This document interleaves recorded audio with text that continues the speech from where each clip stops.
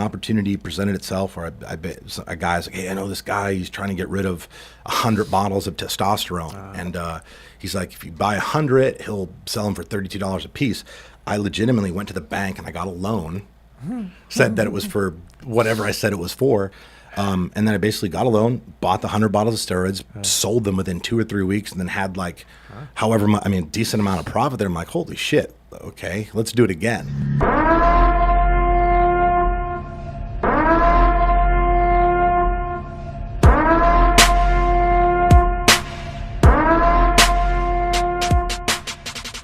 What's up, guys? Welcome to the Start Today podcast. I'm your host, Chris Cavallini, and this is, in fact, our pilot episode. I'm here joined by my co-host, my good friend, fellow entrepreneur, nutrition expert, and probably one of the most overall intelligent, fascinating people I've ever met, Rick Schaff. Rick, what's up?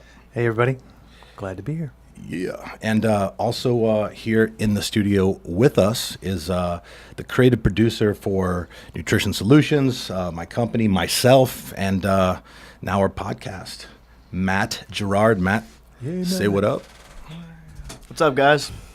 All right, guys, so look, we're here now. We're a little late to the game, but nevertheless, we're here, and we're ready to not just play, we're here to dominate. I'll tell you, this is, out of all the things that I have going on, this is probably the thing that I'm currently most excited about because... I think it's good timing for you. Yeah, yeah. Just the progression of everything that you've done so far. You say you're coming late to the game, but it's good timing. It's all relative, right? It's perfect timing. Yeah. So this is what I believe is going to be, the platform, the outlet, shall we call it, that I believe will make the most impact and help the most people. So, guys...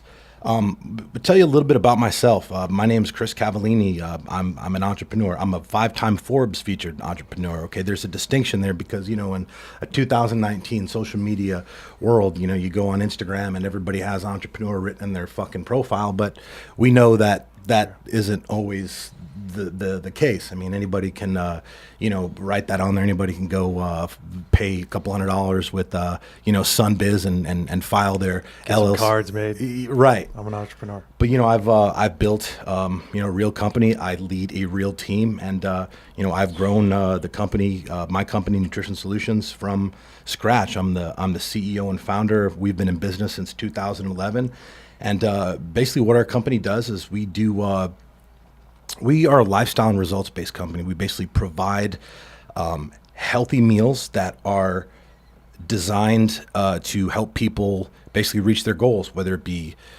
lose weight, whether it be just improve the overall physique, symmetry, health, or just be people that just want to look better, feel better, and at the end of the day, look better naked. Everybody in this room now, that's part of why we do what we do as far as the fitness goes. But our company, I guess you could refer to us as a meal prep company, but I don't like referring to it as that because we're so much more. Yeah, it's much more than that. Yeah, so basically the thing I think that makes us unique, one of the many things, the fact that we really, really care about our clients. We care about our customers. More importantly, we care about just making an impact in the world and helping people get results and accomplish their goals. And that's whether they're doing business with our company or not. I think our branding is pretty on point. Matt does a great job at that.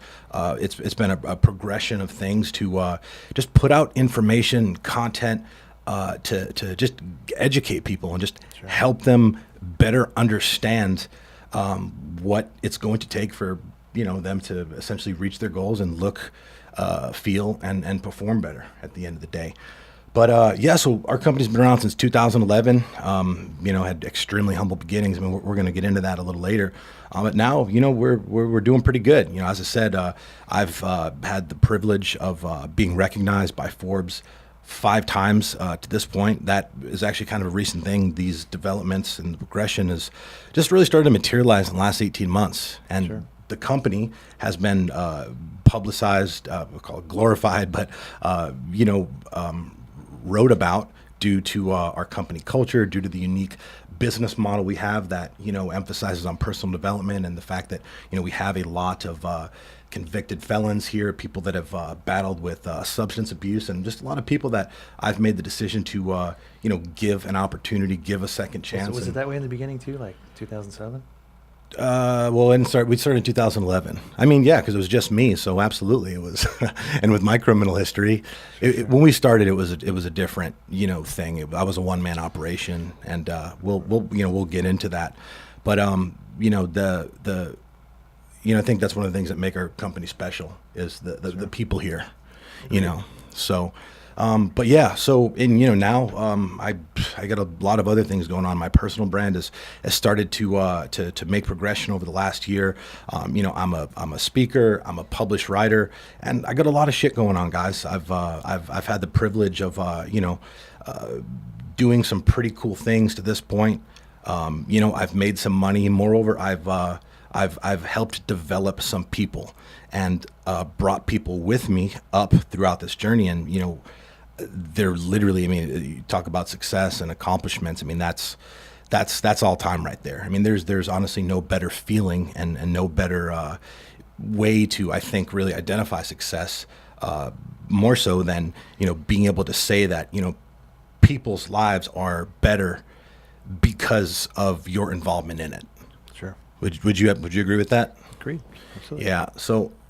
So I want to just kind of like give you guys a little bit of background, and just maybe for those of you guys who aren't super familiar with me, with what I do and who I am, I guess I have to essentially paint a picture as to why I'm worth listening to. Sure. So basically, I had extremely humble beginnings. And, I was arrested 17 times prior to my 18th birthday. I've spent time in foster care. I've spent time in group homes. I've spent time homeless at more than one point in my life. So I've overcome what most would consider, significant adversity. And throughout my trials and tribulations, I've realized that adversity, hardship, and struggle is all necessary for optimal human development. So let me tell you something. Yeah. My life is the antithesis of that, right? So I had this like perfect family growing up like Richie Cunningham, and yours is very different. Mm-hmm. But that is what drives you. Yep. And there are two different motivating factors, or I don't even know like where my motivation comes for doing some of the things I do. Mm-hmm. But you're right. I think of that a lot. Like if I had a harder time growing up, maybe there would be even more drive in me to do certain things. But it's, when I heard your story, it's pretty interesting.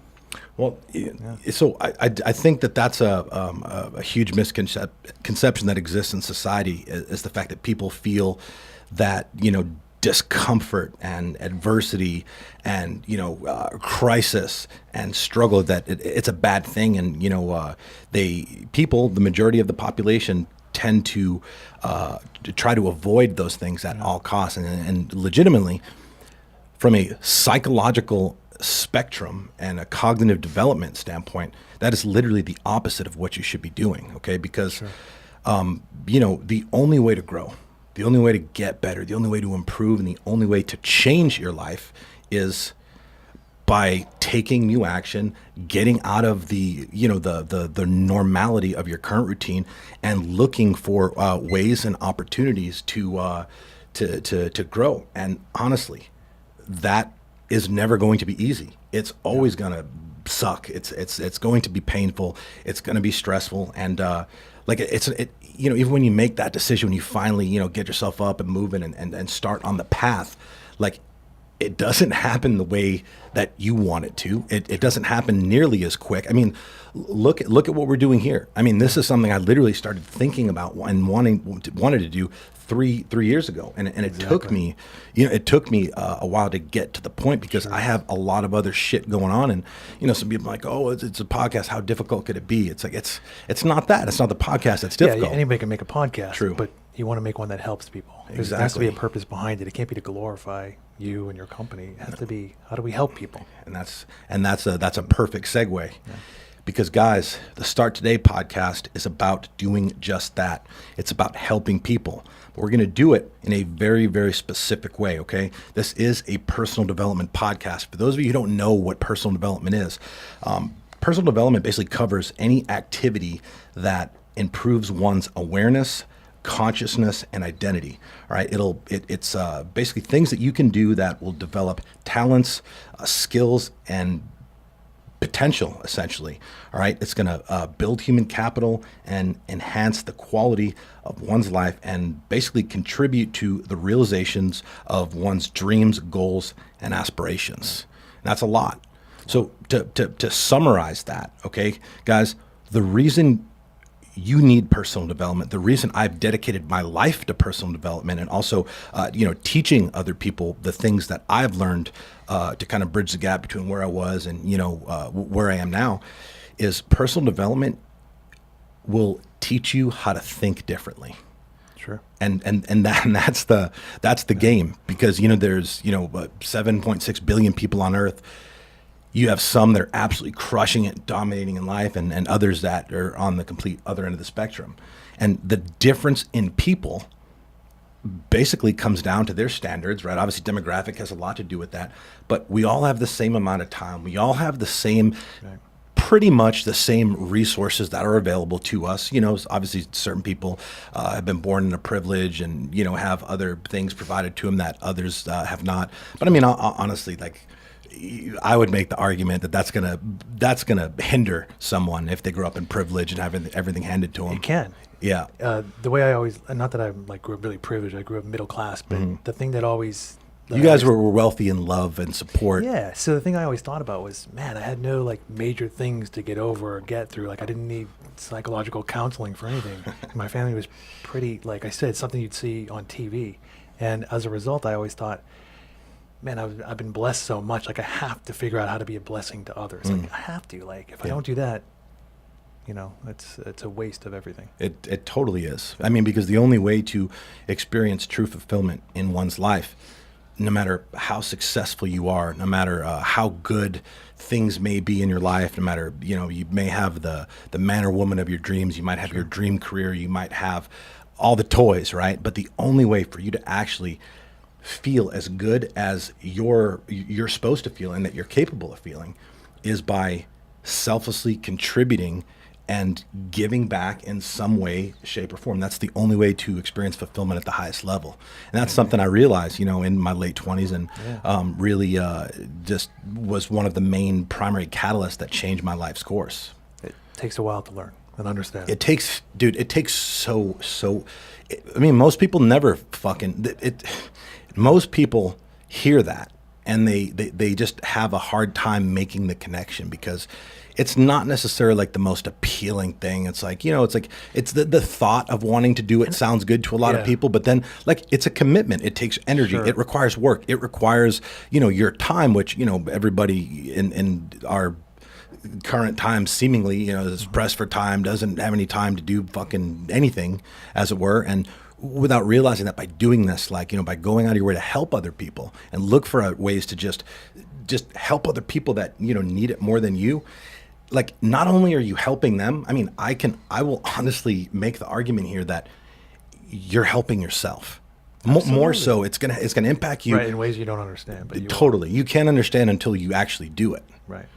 So, guys, the thing about this podcast that I want to just put out there right off, right out of the gate is we're going to be getting very, very practical on here. I'm going to do my very best to describe in intimate detail, just simple but very practical things that you can do to start making improvements and start just basically, moving your life forward. Because at the end of the day, that's what it's about. It's about waking up every day and looking for opportunities to get better. You have that responsibility, okay? The way that you earn the rights to feel good about yourself, because earning or feeling good about ourselves and just, being happy, it's not a birthright. Contrary to what most people would like to think, it's simply not. You can't just wake up and feel good. No. You have to set your actions up in such a way that is the result. You want to elaborate a little bit on that for anybody who might not be able to comprehend that and think that I'm being an asshole? So you might wake up feeling good throughout your teens if you have a good family life or whatever. Totally. But then you hit a point where, there has to be more in life. And you meet people. That's what happens. Or at least that was in my case. I know you had opportunities that kind of changed your life. And then I'm guessing you met some people who also changed your life. For me, I met certain people in school that, so let me back up a little. I cruised through high school and everything, everything was easy for me. And so you could see why I wouldn't want to reach for more and put myself in anything uncomfortable. But I met some people. You didn't feel like you had to. Your back was never put up against the wall. But luckily, I met people who were a lot better than me at a lot of different things. And I admired that. And I wanted some of that. And I had to figure out how to do it. And luckily for me, I met enough good mentors along the way that taught me. And I picked their brain and I put the work in, right? Yeah. That's what you do. Exactly. And guys. How do you do it? And guys, right. You figure it out. Or you listen to this fucking podcast because we're going to tell you exactly how to do it. Because, if you might not be someone who comes from, extreme hardship or, know what rock bottom tastes like. You might not, have a criminal background. You may not have been arrested 17 times prior to your 18th birthday or, spent, the majority of your 20s as a drug dealer. I should have probably been arrested a dozen times, but my life was not like that. I got away with everything.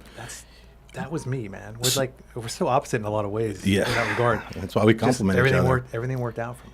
It's just I could have cruised through. Yeah. But so I honestly feel that people that have been through struggle, who have just encountered hardship, who have been abused, who have been neglected, who are basically taken in by the system, chewed up, spit out. Wow. I believe with the proper adjustments in their mindset. Well, you got two choices when you're in that position. You either go up or you go down. Most people go down. Yeah. And then it's this awful life. Totally. That usually ends up with people on drugs to get away from their pain or something crazy like that. And then it's... Dude, they end up living a total shitty life. It's very hard to get out of that. But sometimes, every once in a while, people hit that rock bottom.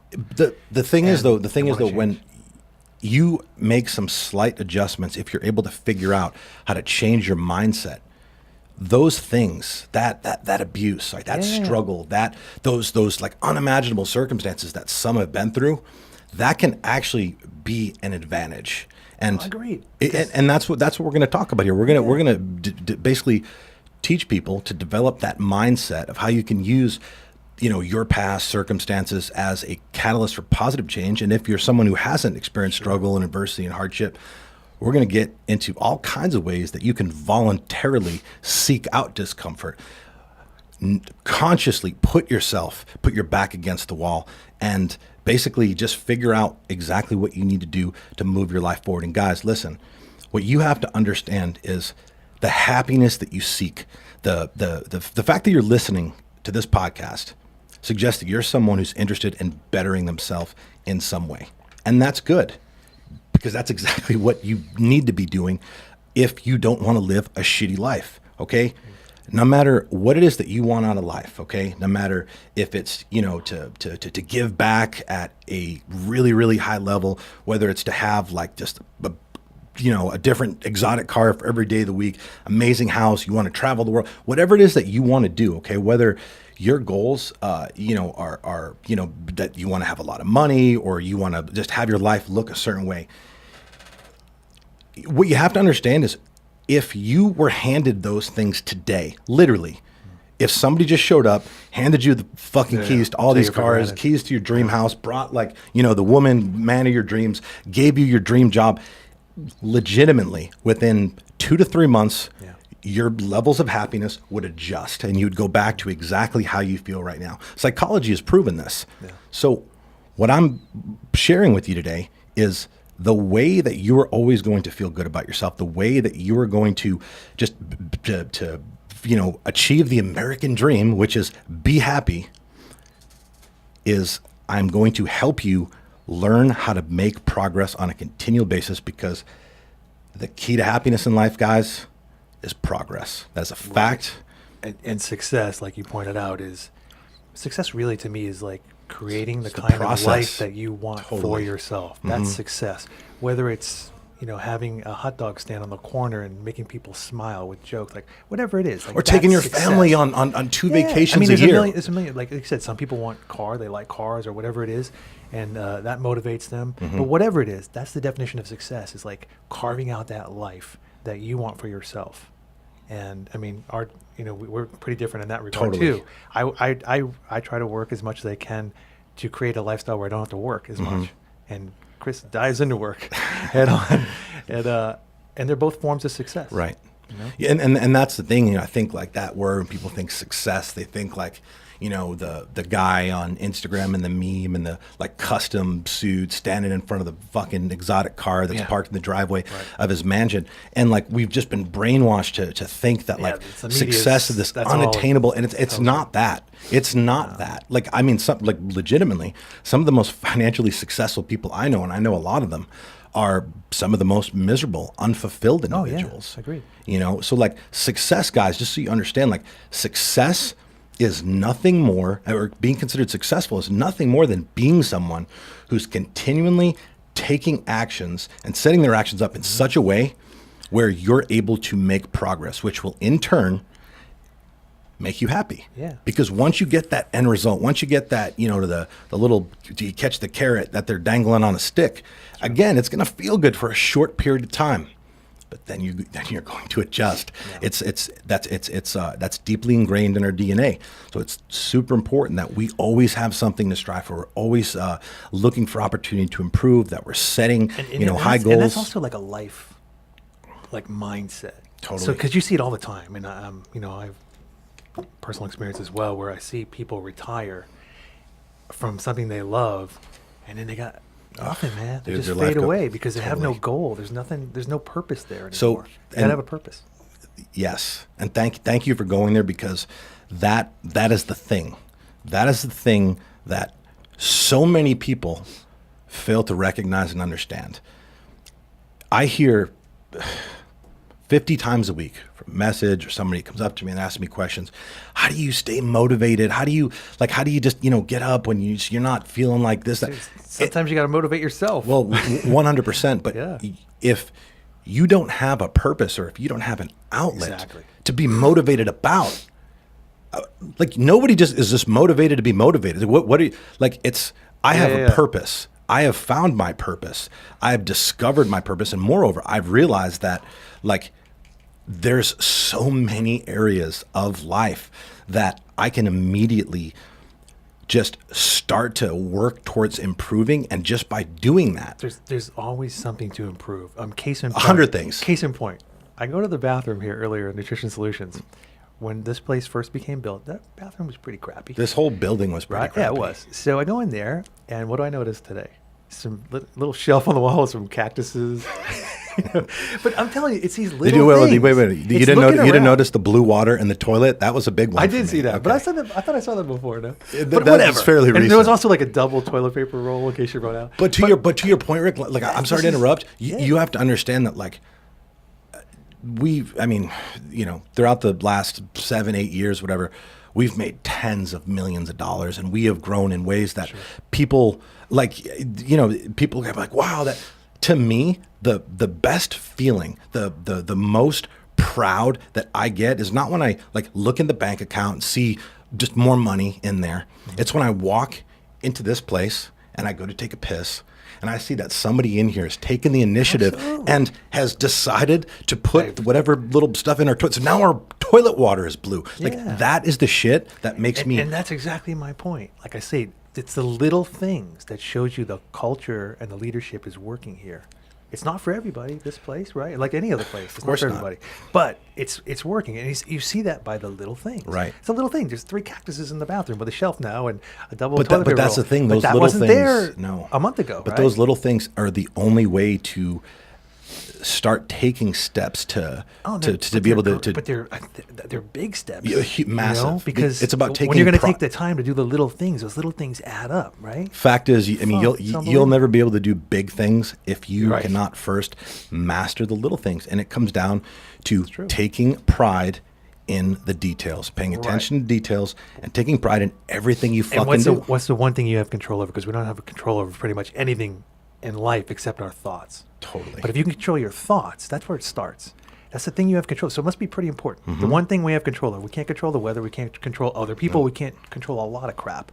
But we can control our thoughts. And when you realize that and you actually own it, your life can start to change. Which takes us back to the whole thesis of the Start Today podcast. Guys, the conversations that we're going to have on here, the things that we're going to teach you, the things that we're going to talk about, the stories that we're going to share, the questions that I'm going to answer for you guys, okay? The purpose of this podcast is to teach you how to think differently, because without question, we all know. And that's it. That's the key. Yeah, I don't know if you guys heard that big bang in the background here. Yeah, there it is again. We're actually, I run a real company and real business here, and the podcast studio is actually in. This was supposed to be a soundproof little studio here we built, but that's pretty fucking loud. Anyway, but yeah, so just kind of reeling it back in here, okay? Our thoughts determine our reality, okay? I'm not saying, you sit back and think about all these positive things and you just sit on your ass and, like, your thoughts, the way that you think, the things that you focus on, the mindset that you deploy, the perspective that you maintain, it basically dictates your quality of life. If you put the work in. 100%. Right. You can't just sit around dreaming about a Ferrari in your driveway and it's going to show up, right? Yeah. I'm hoping that our listeners are intelligent enough to where that goes without saying. Well, some people are. But I'm just saying, yes. If you're listening to this, you probably are. But yeah, like you, for example, when you were younger, I knew you loved wrestling. Mm-hmm. Now you're surrounded by professional wrestlers. They're your friends. They're all around. They're part of your company. Pro wrestling was awesome, one of two basically positive childhood memories that I had. And honestly, you're right. I've created. But isn't it funny how I always like bodybuilding? It's not. It's interesting because now that I understand how the law of attraction works, that's exactly what is supposed to happen. But yeah, when it first started happening, it's like, holy shit, like this is fucking crazy. It's not by accident, right? No. When I was younger, I got a chance to work on some movies, and they were pretty good opportunities for me to go that route. Mm-hmm. I remember the last one I worked on was with John Voight, and the producer told me, your children's children are going to thank me. And I was like, wow, I quit that movie 2 weeks later because I wanted to shoot bodybuilding. And I got into it. And then I found myself working for Joe Weider and friends with Lou Ferrigno and people like that. And that same thing. Like, I used to read the magazines all the time when I was a kid growing up. I loved it. But then I was immersed in it. And then these people were my friends. It's pretty awesome. But it's the truth. It's the truth. Yeah, and we're going to get to that. That's actually, I've got about 15 topics sorted out for episodes, and one of them actually is in the law of attraction. I'm looking forward to that because I have a story that I'm going to share that is just literally mind-blowing. I've never shared it before. It's extremely embarrassing, but I believe it will help people, so I'm going to put myself out there, and we're going to do that. But guys, listen, today's episode, we've obviously talking a little bit, going a little all over the place here, but the topic for today, all right, is basically going to be my life story, and I'm going to essentially, tell you how I went from being a drug dealer to a Forbes featured entrepreneur. I'm going to go, into some detail, and I'm going to essentially identify for you, pointing out 7 key life-altering events that were really the things that helped me bridge the gap between where I was and where I am now. And these life-altering events are going to be perspective pieces that you guys will, without question, be able to take some valuable insight and perspective out of, and hopefully, not hopefully, definitely. All right, there's gonna be a lot of good shit on this show. You guys are gonna get a lot from this one. You guys will be able to deploy this into your own lives. So, buckle up because we get about 36 years old, and I got 36 years of my life to cover here in about 35 minutes. Let's do it. Let's make it happen. Yeah. All right, guys. So I was born in Boston, Massachusetts, and my mother had me when she was 16. Okay, she was not fit to take care of a kid at that point. I mean, she was 16, and she battled with substance abuse, had some mental issues going on, and my father wasn't around. He took off on my mother early on. Honestly, I can't blame him, just due to the circumstances. Due to the that dynamic, I was quickly taken out of her care, spent some time in, foster homes, group homes, back with her. I mean, I remember, it's How old funny. are you then? Well, I mean, this is from the time I was born till, okay. like, I think 5 years old. I went back. I got back placed with her a couple times. I mean, I remember a couple times between the ages of, 3 or 4, I would guess, just being in the middle of the night, woken up by my mother and having her pulling me out of bed. And, we lived in these project apartments. And at the time it was Weymouth or Quincy, Massachusetts. I can't remember. But she pulled me out of bed, and basically we were running through the project buildings and hiding in a stairwell, because if I'm not mistaken, I believe the police and social services were coming to. So I remember being in the stairwell, like, she's smoking and just like crying and shaking and just handing me a toy and let me know it's going to be okay. But I remember that, and I remember just not feeling as a kid, not feeling that I had basically the same. I knew it was different. I knew it was different for me than it was for other kids.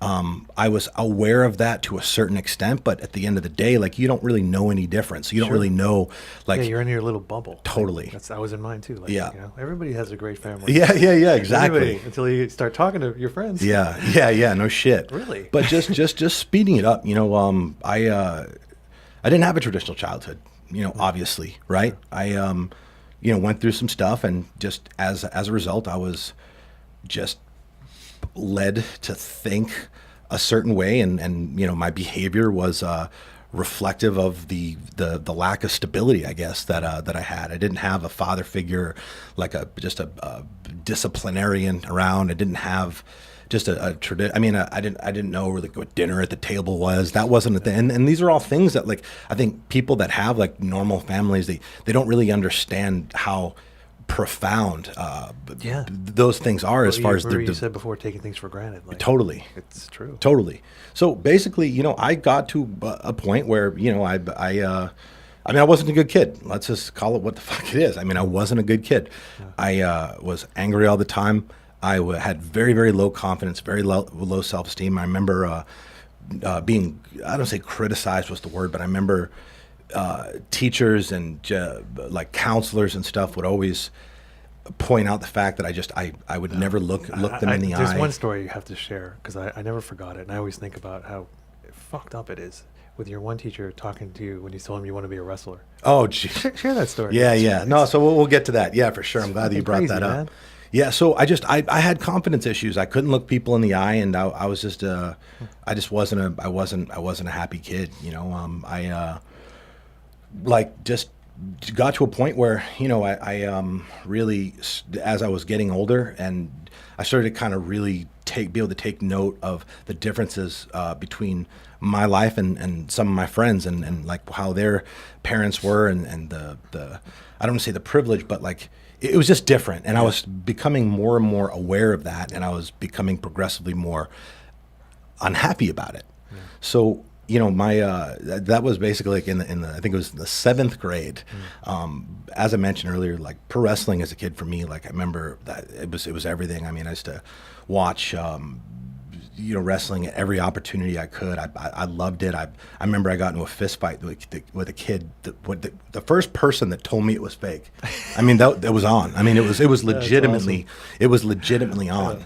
Yeah, like I was devastated. But yeah, pro wrestling was something I was always interested in. Basically, that's what I wanted to do. I wanted to be a wrestler, and I made another kid $100 bet back then. And $100 at the time was like a billion, But I said, I'll bet you $100 that I'm going to be a wrestler in WWF. I was WWF at the time, and I remember, I would say this like pretty often. And my 7th grade gym teacher, I mean, for some reason, he thought that it was appropriate to tell me that he didn't think that I had the looks, and he kind of put his hand over his face, like making it clear that the looks that he was referring to was my face. Yeah. He didn't think I had the looks to be a pro wrestler. I will never forget that. So you're like 12 years old. Yeah. And I remember a buddy of mine that was there with me that overheard it. He's like, man, don't listen to him. He's like, you could always throw on a mask. True story. Nevertheless, yeah. So look. Long story short, I ended up living with my grandmother, my mother's mother. And honestly, when you guys think grandmother, you probably think of this sweet old woman, like in a rocking chair, like knitting a quilt or something. That was not my grandmother. My grandmother was probably the opposite of that. I mean, we did not get along. The amount of hatred I had for her growing up was just. Why? She wasn't very nice to me. I mean, just to be perfectly honest. But she was mean to everybody. You just happened Not be to wrong. everybody. She was mean to my mother, which was understandable. But I think looking back on it now, like that, have a little bit of training and education in psychology. I think because of what my mother put through me, my mom was I hope she never hears this, but if she does, I mean, the truth is the truth. She was a fuck up, man. I mean, she used drugs heavily, got arrested a lot, and honestly was just a shitty person. Yeah. And I think my grandmother was just like mentally fucked up by that. She had divorced my grandfather, her husband. I think my mother was the thing that kind of drove the wedge in between them. My grandfather was a hell of a person, but he was, for some reason, he did not do what he should have done in regard to my mother, as far as he was there to always like save her from ever really getting too far off track, which didn't help her. Yeah. It didn't. You know what I mean? I think in the long run, it hurt. But long story short, that was always, I think between the two of them, that's what kind of drove a wedge between them, and ultimately they got divorced. And she was just miserable, man. She didn't treat me good. And honestly, I'm sure my behavior and the kid that I was didn't help with that. But basically, I lived in a very uncomfortable situation. I was literally, again, I didn't really have the perspective any different, but I was angry all the time. Yeah. I hated the feeling. I remember just feeling the paradigm shift when I would, either get off the bus or walk home and have to walk back into my grandmother's house, and it was just a different, just like feeling, constantly living in anxiety, dealing with verbal abuse. Verbal abuse isn't. I mean, like I'd make the argument I've experienced abuse across the board. I mean, when you're the way that I came up, I mean, there was a lot of situations that I'm sure we'll get into later. We can get into more details about that. But, the verbal abuse, I think, emotional abuse can be a lot more harmful in certain instances than physical and or sexual abuse, because a lot of times, the physical abuse, the sexual abuse, maybe they're 1-offs, 2-offs, 3-offs, 10-offs. When you're talking about, verbal and emotional abuse, I mean, that's something that's like a state, a constant state that you have to exist in, that basically affects everything. I mean, when you're in the situation, right, obviously it affects you, but then now you take that with you out into the world, and it affects the way you look at the world, which in turn affects the way the world looks at you. So again, like as a kid, I'm not aware of this shit, right? I just know that I was pissed off all the time. I wasn't happy. I didn't just feel like good about myself. Did the social workers help you at all? Or? Man, I didn't. So the last time I saw a court-ordered social worker, I was 17. When that was with that other abuse that you're referring to that you know about. I don't want to really get into that on this one. That was super, dude, I was super young. So like, I don't really remember. I mean, I remember being in that situation and just thinking like, I don't want to be in this situation. I don't really remember there being any like positive outcomes as a result. But well, just kind of moving along here, like I remember like, just not having the things that like my friends had, and like not having like new clothes and things like that. I remember being at a point where like in middle school, I went and I actually stole dirty clothes out of the lost and found because I needed. That's exactly what it was. I got tired of people calling me out about wearing the same dirty sweatpants every day, and that hurt. It hurt, and it. Kids at that age are just bullets, they don't know. They don't know. Yeah. But so just look, speeding it up, high school years. Now I actually have a platform where I can legitimately act out, right? Because now I'm a little older now, and I'm in high school, start drinking, and start getting in fights, and start just doing shit that I thought that I could do to make myself significant. And, that it started kind of mouthing off to the cops. And I developed a reputation for myself where basically, the cops knew who I was. And you fought, you were like angry. What's that? So in Boston, you grow up fighting. That's just the Yeah, way the town is, right? Yeah. But I always grew up fighting for fun, sport. Yeah. You grew up angry fighting, right? Totally. Oh. It's a Totally. difference. It's a big difference in fighting. Huge fucking My difference. fights are like boom, boom, boom. Let's go have a drink. Huge, yeah. These are So, like- and even when I would do those fights, you're talking about the sport fights, you're not drinking because you want to impress your buddies. Yeah. When I would get into it, it was hard for me to, I've beat kids, and the fight was over, and I'm like still kicking them in the fucking face, and I wasn't upset. Oh, I wasn't upset getting into it. That was just what we did. But then once I was, Take over, it fucking right, exactly. So and again, like I wasn't this like horrible, violent, kid. I had some good qualities about me because I was fortunate to have What was your best quality?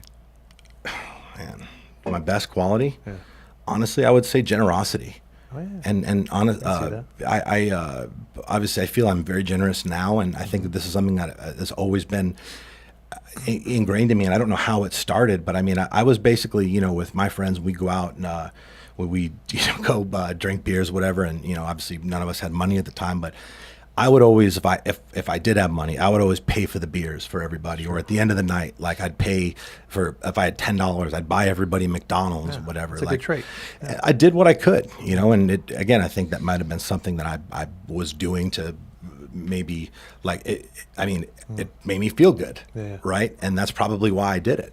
It's probably why I still do it. I mean, that's not probably, that's definitely why I still do it. But I was fortunate to have some good friends who had like just some amazing families that like treated me well. Yeah. They treated me nice, Yeah, which yeah. wasn't Which makes all the difference, right? it makes all the difference. But again, like to me, it was such a, I think you told me that, like you had dinner at someone's house once, and you were like, "So this is what so it's this is like." what you, Yes. yeah. So because of, I think, some of the influence I had from some friends of mine's parents who like treated me good and allowed me to maybe sleep over from time to time and have dinner at the table, like I think that did play a little bit of a positive influence that kind of probably made it so I didn't go completely off the fucking deep end. Yeah. But I want to, this brings me to actually the first life altering event that happened my junior year in high school. I basically was getting kicked out of my house for about the 100th time, but the difference with this one was the fact that my grandmother actually took me to court. She took me to court to like legally like divorce me. I'm not sure if that's the unadopt you or that's whatever, the yeah. well she whatever the process is. Yeah. And so now I'm 17.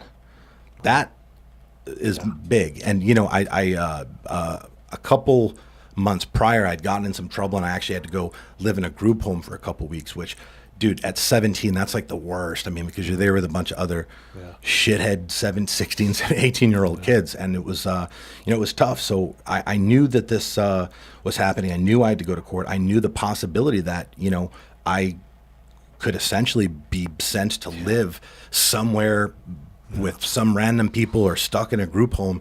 And basically, I was talking to a buddy of mine, told him about the situation, and I told him, I was like, look, man, I don't know what I'm going to do. Like, I think I'm just going to have to run away because I don't want to, I don't want to be sent to live with some fucking strangers who God knows their intention. I had bad associations and such. And I was like, I can't. I'm like, I'm not going to fucking go back through that. I'm like, I'm probably going to just run away and just figure it out. And whatever my plan was at the time, I don't really remember. And he's like, why don't you, why don't you come stay with me and my family? And I was like, well, his name was Bill Mesmer. I love this kid to death to this day. But he basically said, why don't you come live with me in my family? And I said, well, Bill, that's very nice of you to say. But the problem is, well, I've never met your mother, and I literally met your dad one time.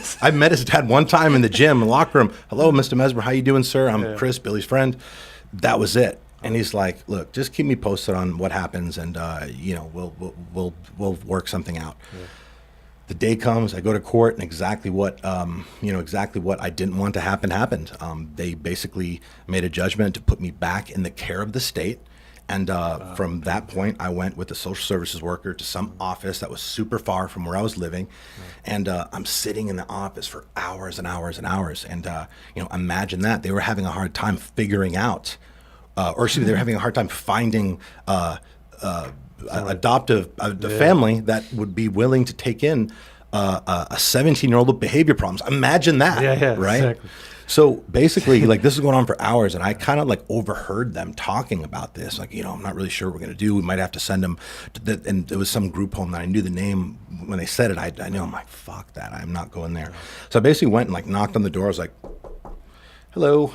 So I kind of overheard what you were saying, and I have a unique situation here. I have a friend who said that I can go live with him and his family. I was like, is that an option? And honestly, because they had no options, like, this is a complete shot in the dark. I mean, literally. See their faces. Okay. They were like, well, if you can get them on the phone, we'd be willing to talk to them. So, well, okay, yeah, no problem. I was like, I'll give them a call right now. And again, like, dude, we'd never, beyond the conversation we had, there was nothing. So I called my friend, my friend Billy. He's like, hey, what's going on?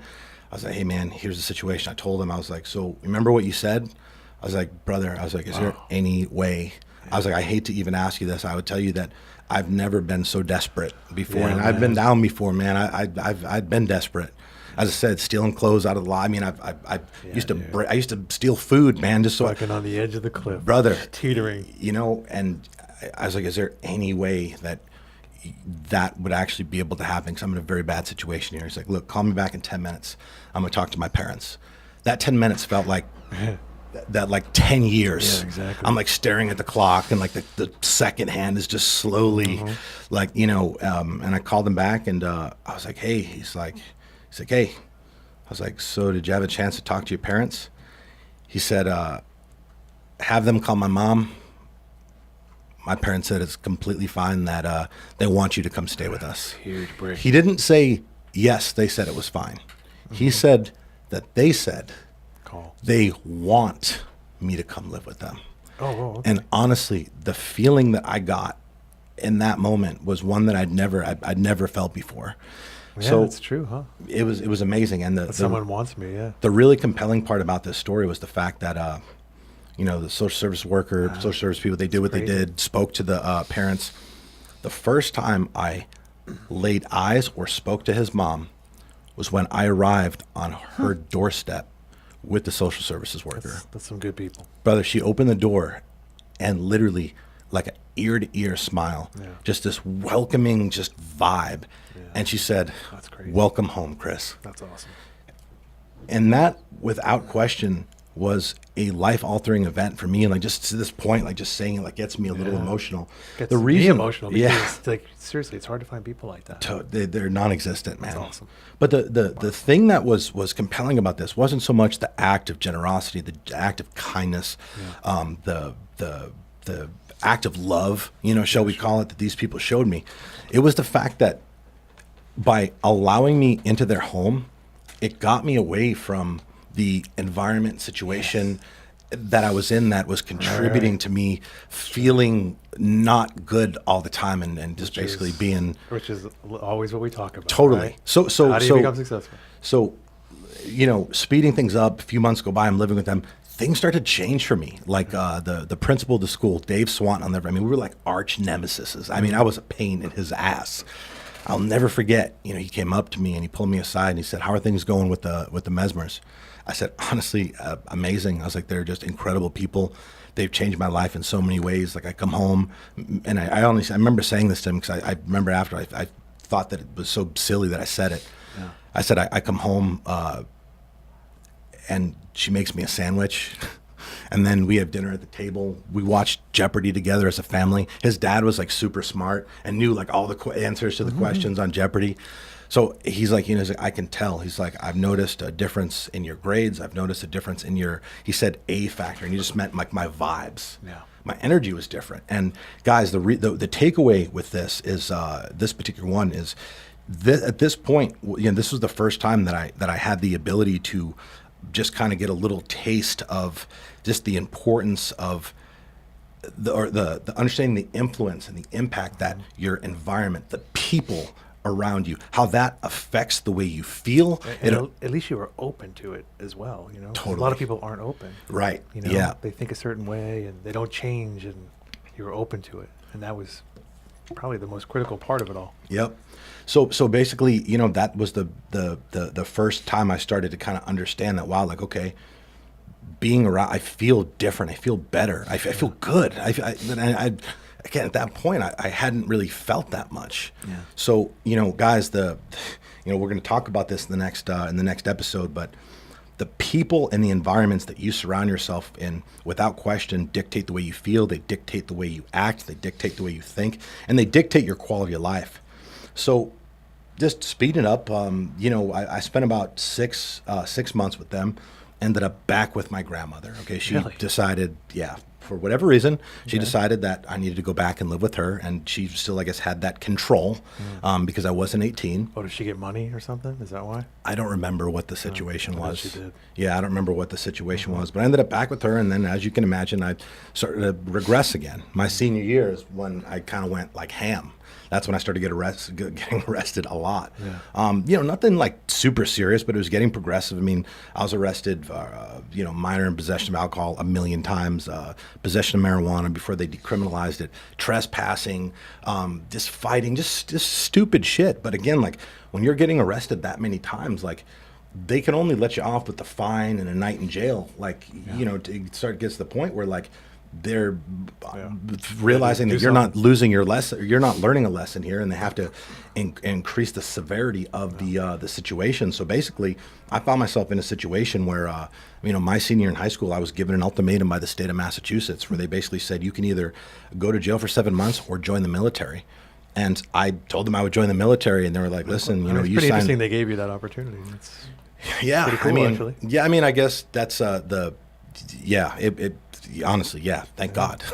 Yeah. Thank God. I mean, they gave me that ultimatum, and they took into consideration my home life and these people that work in the system, they understand how people, especially young people, get to that point. Sure. That there's certain, and so if at all possible, I'm sure that they want to provide better options that could essentially reform, rehabilitate someone outside of jail, but they couldn't force me to join the military. Yeah. So they made me that ultimatum, and I obviously took the option to join the military, and they were like, "Listen, so if you don't follow through with this, these charges will come back up," and So ended up joining the military, and that's the life-altering event number 2. Okay, and it wasn't life-altering because I joined the military and to serve my country, which was amazing all in itself. It's something experience I'm very grateful for. It was the thing that got me away from the place that I grew up. It's the environment. It's being away from the negative problems that you grew up with. The energy, Sure. it's everything. And again, like the military for me, was great. Like I went from having no discipline, no structure, no like skills essentially, to basically having to develop. Did you thrive there after a while? So after a while, I mean, it's all sure it relative. takes a I think while I to could have get done a used to lot it. better. Yeah. I was very fortunate to be able to go in contracted. I actually scored pretty well on my ASVAB exam because they told me the better I score on it, the better jobs I would have available to pick from. So again, like I wasn't a good student. Out of curiosity, if you had gone into the military and acted out in a way that got you dishonorably discharged, would all those charges come back? Oh shit, I Or don't what know. was the deal I don't there? even want to think about I know, that but shit. so there's 2 key points where you were open Yeah, to something better, totally. and that's important to mention. Yeah, so I did well in the ASVAB exam because I wasn't a good student in high school, but I wasn't a good student because I just chose not to be. You know what I mean? Like I Yeah. always was fascinated with learning about things I wanted to learn Yeah, about. yeah. So they told me I needed to do good in the ASVAB, so I did good in the ASVAB. And I was fortunate to be able to go in contracted to go to Navy dive school, which, that's one of the most elite communities in the military. There's no guarantee that I'd make through it. So they had to basically send me to this training that would basically be like a normal Navy job to where if I didn't make it through dive school, I had that to fall back on.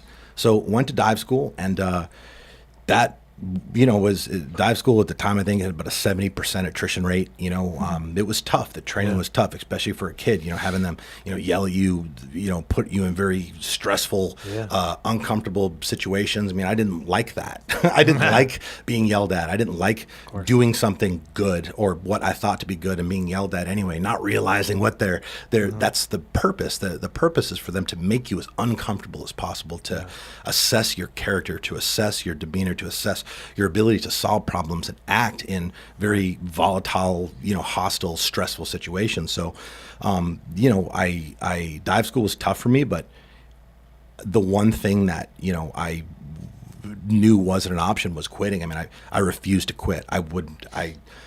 It was challenging for me, certain elements, but, after a while I caught my stride and, ended up, I finished, second in my class. What do you think it was inside of you that made you not want to quit? Honestly, Because you could quit. I know exactly what it was. What was it? It was this one instructor who I knew had it out for me and literally picked on me, which is fine. Like, I'm just like, oh, he's picking on me. Like, he picked on me because he saw what was really there. He saw Like a an officer fucking and a gentleman. Yeah. He saw someone. Mayonnaise. He saw someone that basically he felt maybe wasn't up to standards, and he Had needed potential. to give a little extra attention Sure. to make sure that I wasn't, one of the weak ones who would ultimately, end up in the community and do something that gave the community a bad rap. So he was doing his job. That's a good man. But I knew that if I quit, that he would probably feel some sense of satisfaction, and I just could not let that fucking happen. Yeah. I mean, honestly, and whether or not that's true, that was the mentality Sure. that I deployed, and that's what helped me get through, some of the tough, the tough aspects of training. Yeah. But yeah, so ended up spending 5 years in the military, and that was a good come up for me. I had the opportunity to work around some pretty awesome people that taught me a lot about just how to act.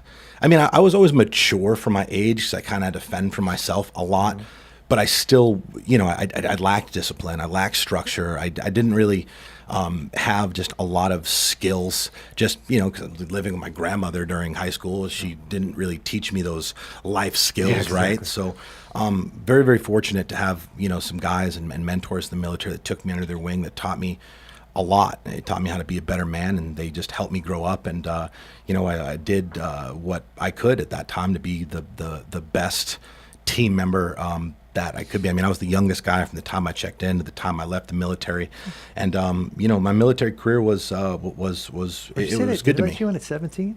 No, 18. Okay, 18. You can't get in below that, right? I think you can if you get like a permission or something. Right. But I got out, made the decision to get out at 23, and it wasn't the right decision for me. I went from having discipline and structure and like be here at this time and I knew exactly what to do, when to do it in the military. Knew I'd get paid every the 1st and the 15th, to basically one day to the next not having any of that shit. Yeah. And for someone like me, it was tough. I mean, for anybody, but especially for me. So I basically found myself working in a strip club, which the reason I chose that profession was I had the opportunity to work there and make cash, get paid under the table, so I could actually get paid by the military to take some online community college classes, which I wasn't taking because I was interested in the education. Yeah. I was interested in the money. Yeah. Because they literally would give you money that, like, after you paid for the classes and the books, I mean, it came out to like, I think $1,200 a month. And I was trying to hustle, man, Sure. So I ended up in the strip club, and that environment took me a little backwards. You're in an environment where... Why is that? You're in an environment? Yeah, you're I mean, think about it, like what we always say, right? Exactly. Look at that. Look at the environment of a strip club compared to the military. Yeah, slightly different. Yeah. So, I'm in this environment where, people are just getting fucked up all the time. There's just a certain, like, caliber of individuals that patronize that places. And no disrespect to anybody who, like, goes to a strip club or works in a strip club. I mean, but I worked at one for a year and a half, so I know that it's true. Like, there's a lot of lowlifes. I mean, it typically doesn't bring out the best in totally. humans, right? No, it doesn't. It's not designed to. It doesn't. And it quickly I quickly developed a chip on my shoulder. I started to revisit some of my old traits. I mean, I got to the point where like I despised working there. I was drinking at work to make it funner and more tolerable, messing with the girls, like just a lot of drama with that, getting in fights with the customers. I didn't like the person I was when I stepped in those doors, and I was aware of it. And ultimately, I got to a point where I got so fed up with it that I quit and subsequently became a drug dealer. Okay, which was life-altering event number 3.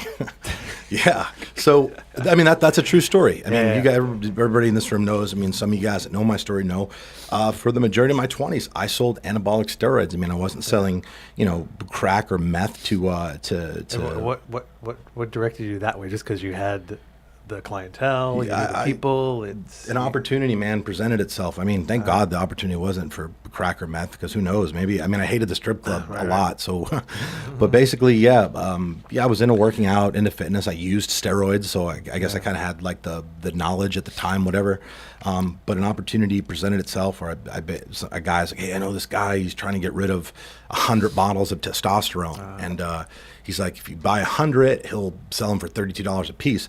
I legitimately went to the bank and I got a loan, said that it was for whatever I said it was for, and like a military loan? No. I wasn't in the military. I was out of the military. Oh, okay. And then I basically got a loan, bought the 100 bottles of steroids, sold them within 2 or 3 weeks, and then had like however much, I mean, decent amount of profit there. I'm like, holy shit, okay, let's do it again. Yeah, and then that kind of took over the next. But it's, it's kind of like learning business, right? Totally. It's a different kind of way. Yeah. I mean, but again, I'm young at this point, Sure. and I don't really see past the day in front of me, right? Yeah. Like, like 24, 25, at this point, I'm just like making some cash.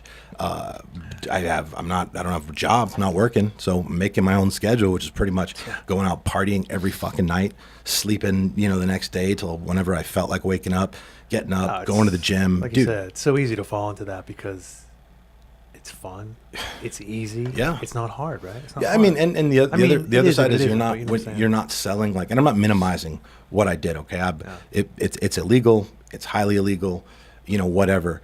But you're also not dealing with like the type of like low life scumbags if you were like selling like hard drugs, crack, meth, coke, and all that. So I didn't have that stressful element. I mean, I had a lot of I had some professional athlete, clients. I was selling to cops. I mean, back then, listen, I was at Gold's Gym Venice. Yeah, the deal. Years, so everybody was my friend. Everybody's taking everything because that's what they want to do. I don't have a problem with it. But just basically. Did that for a lot of years, partying, just living the life, man, making a lot of money, what at the time was relative, right, to my bills and what my life looked like at that time. And eventually I just was like, I guess I can't do this forever, so I maybe should start thinking about what the next step is for me. And believe it or not, with everything that I've said to this point, everything that I lived, I wanted to be a cop.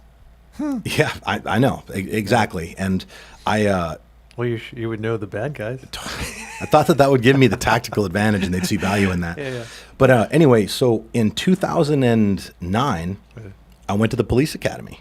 All right, went to the police academy again. I was committed to doing this because I wanted to make some changes. I wanted to change. And again, when I went to the police academy, I moved away from the city that I had been doing what I'm selling in and had that reputation and all that. Now, I was still selling the entire time I was in the academy.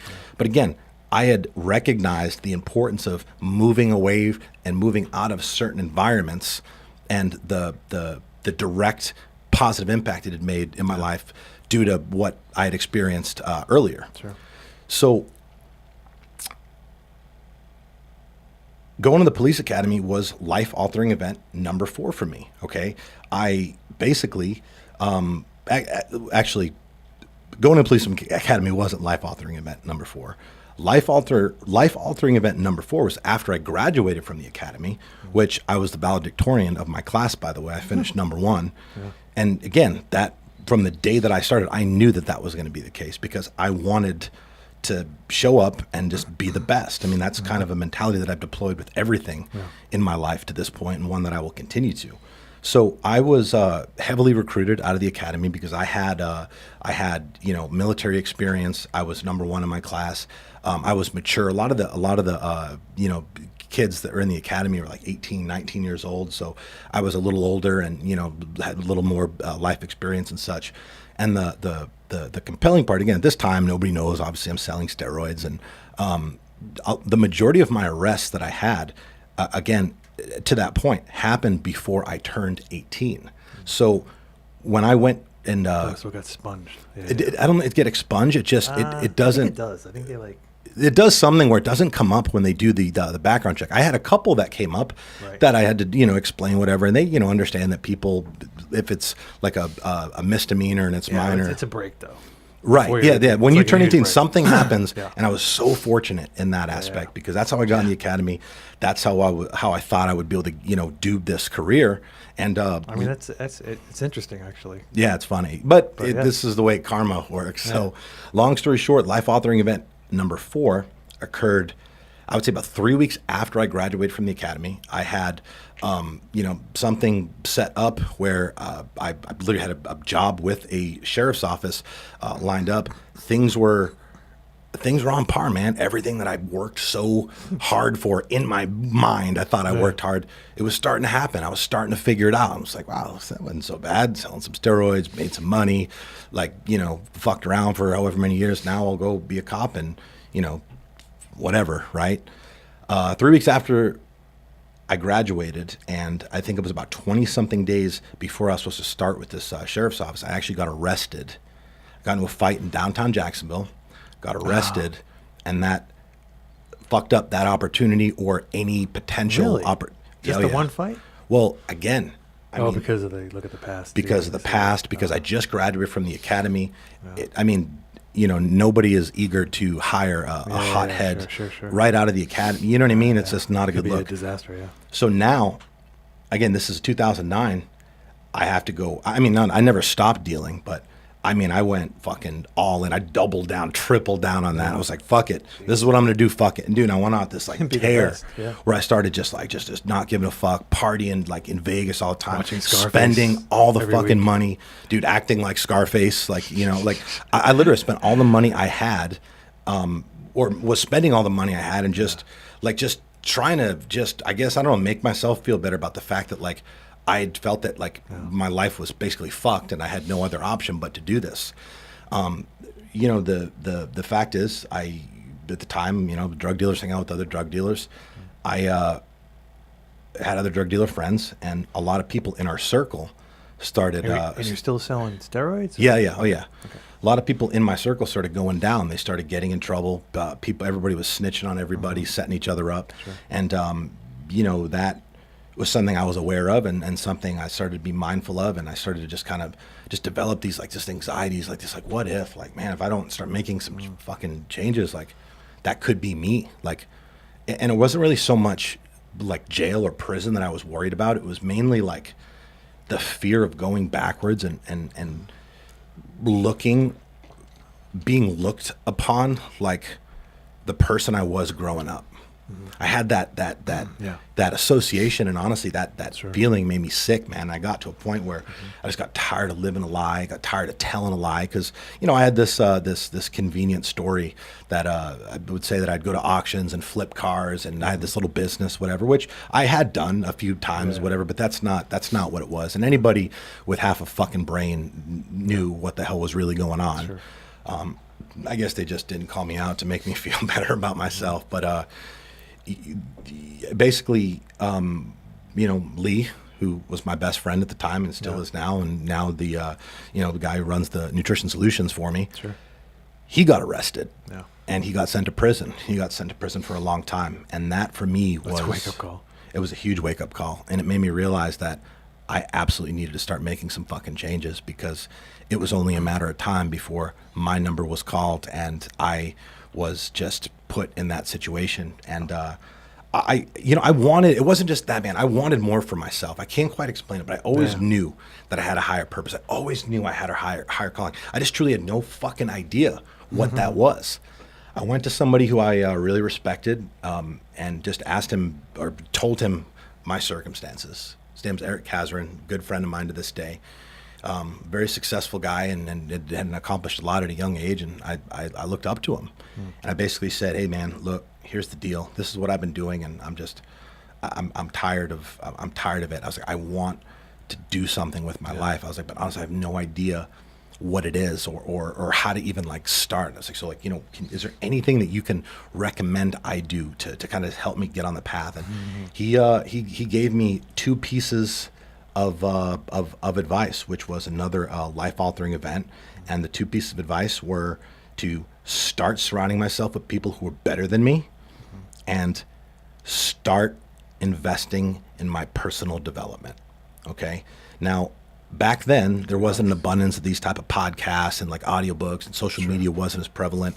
So, we had books and we had YouTube, and, Tony Robbins was pretty much the only one back then, dominating the personal development space. So I literally started by watching every fucking video of Tony Robbins on YouTube, and watched it multiple times, read his books, and just, one of Tony's theses back then to this day was like, hey, if you want to be successful, model someone who's succeeding and just do what the fuck they're doing and you'll be successful.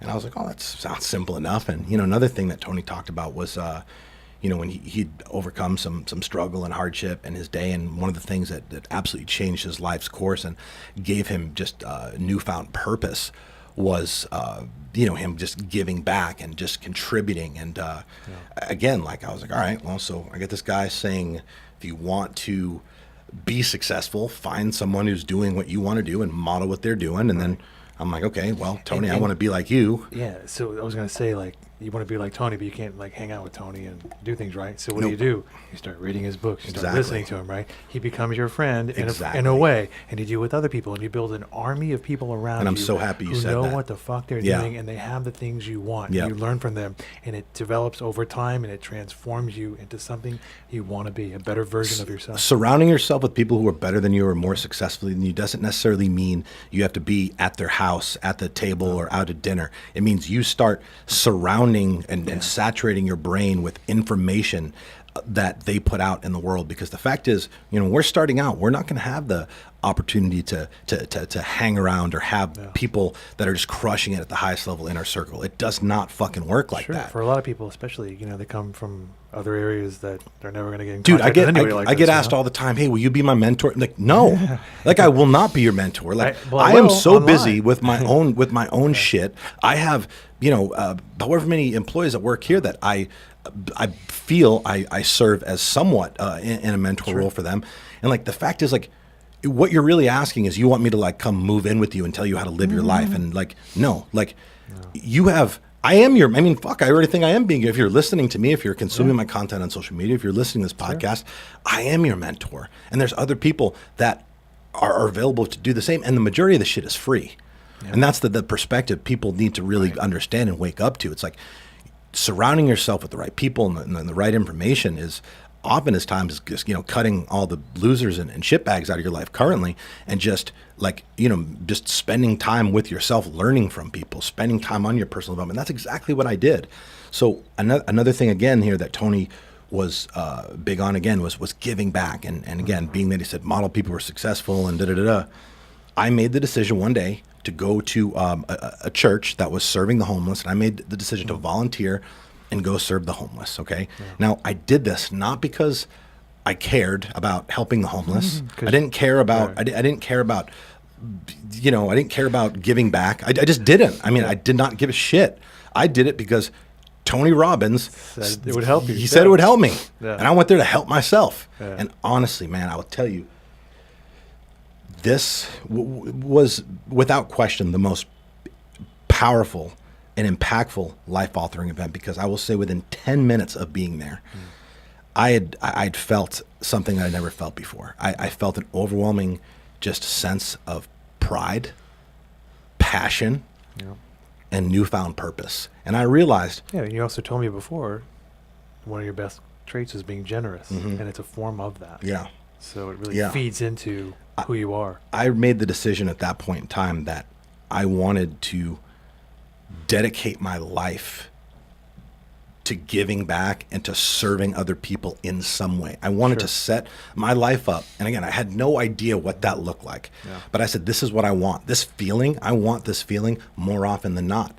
And again, that changed my entire fucking life. So then I started doing that. Like back then I didn't have a lot of money. I mean, I didn't have any money. I was spending all the money that I had coming in, but I started doing it, man. I had my time and I'd go and I'd serve and I'd go in the Salvation Army and sort out the donations. And like, I was just around like people who like they probably didn't have a lot of money, but they had just great energy and good vibes. And it made me feel like I was doing something. It's so weird to say because I wasn't getting paid. I didn't have it, but it made me feel like I was actually. It comes back to what we've been driving in over and over. It's the environment. It's positivity around you. It engulfs you. It gave me lifts purpose. you up. Yeah.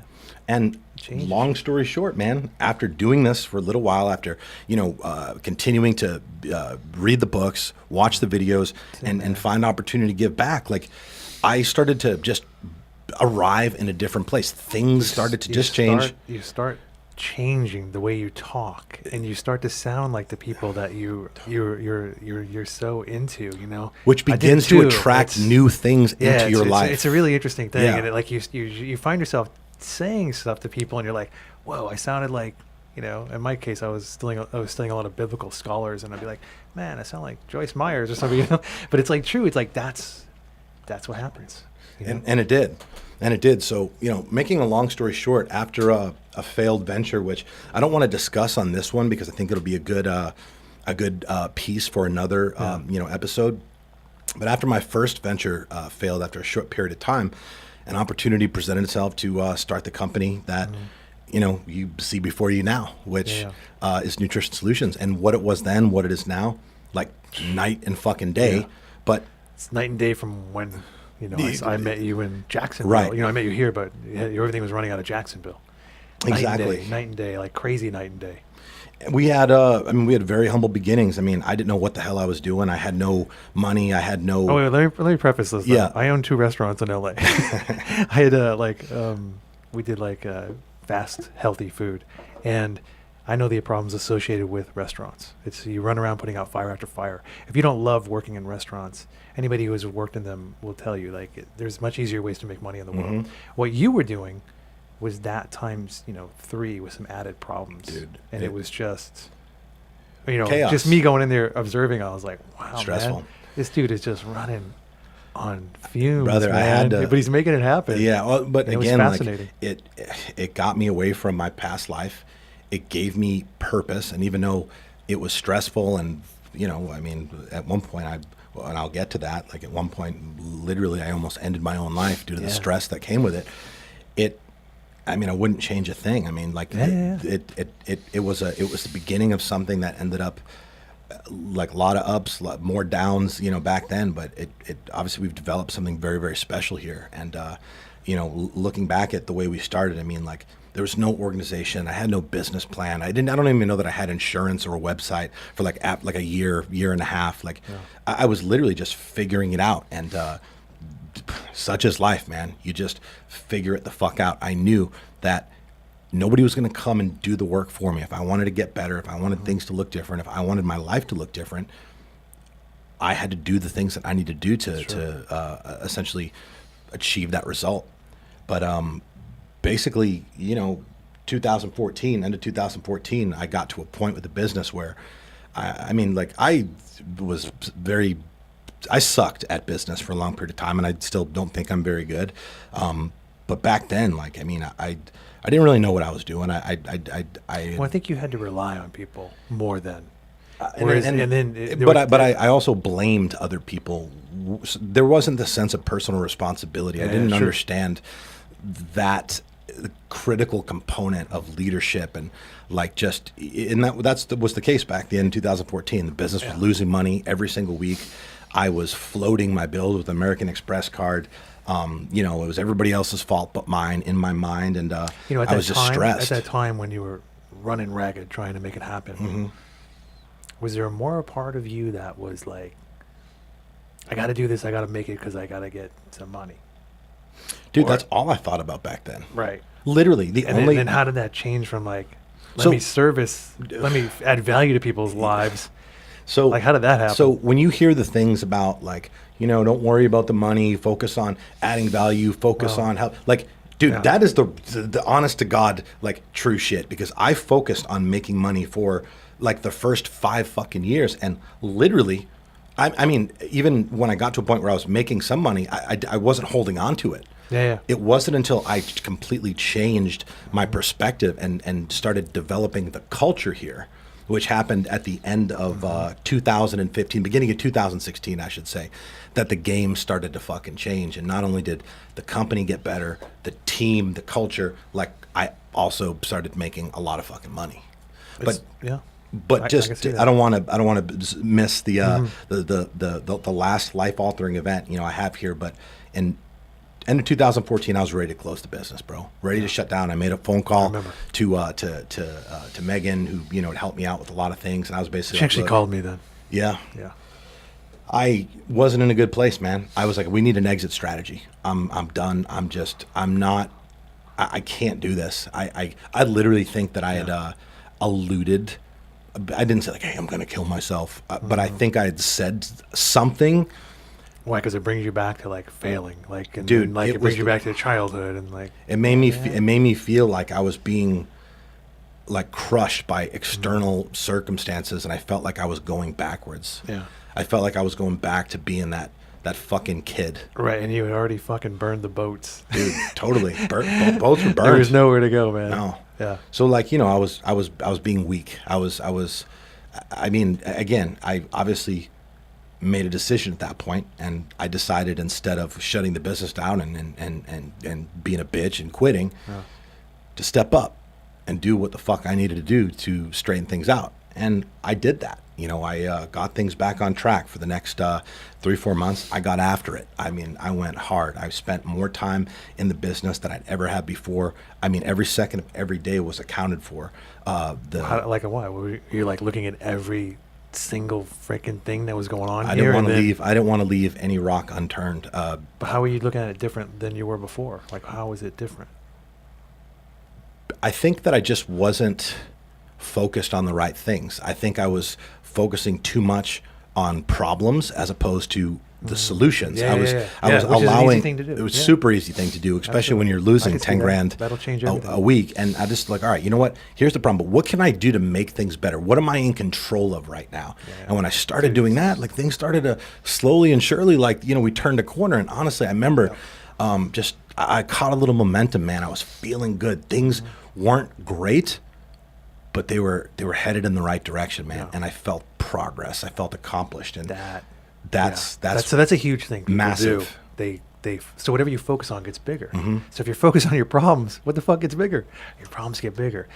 We always talk about New England Patriots because they don't focus on their problems. No. They focus on their solutions. That's the why they're a pretty good opportunities. team, and they and tend the to win. opportunities that present themselves Yeah. when problems present themselves. Exactly. So guys, the seventh life altering event, seventh and last life altering event, was 2015.